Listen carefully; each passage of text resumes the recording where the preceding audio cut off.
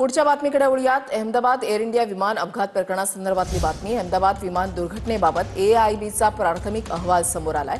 Take off नंतर विमानामधील दोन्ही engine अचानक बंद पडले। काही सेकंदातच इंजिन बंद पडल्यानं विमान कोसळलं। विमानाच्या दोन्ही इंजिनमध्ये इंधन पुरवठा ठप्प झाल्यानं अपघात झाल्याचं एआयबीच्या प्राथमिक अहवालामध्ये म्हटलेलं आहे। एआयबी म्हणजेच aircraft accident investigation bureau of India.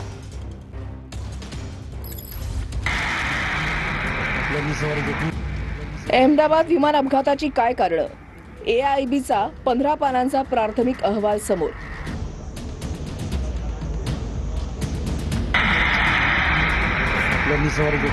Take off नंतर विमानातील दोन्ही इंजिन अचानक बंद पडले।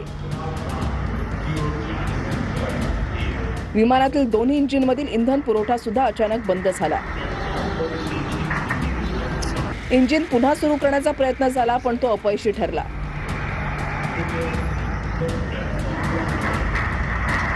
इंधन पुरवठा बंद झाल्यानं विमानानं गती गमावली आणि अपघात झाला। विमानानं गती गमावल्यानंतर कोसळण्यापूर्वी 3 वेळा पायलटनं मेडेचा कॉल दिला होता। मेडे कॉलला एटीसी कडून प्रतिसाद मिळाला पण पायलट कडून कोणताही प्रतिसाद मिळण्याआधीच विमान कोसळलं। इंधन पुरवठा बंद झाल्यानंतर कॉकपिट मधील पायलटचा संवादही अहवालामध्ये नमूद आहे।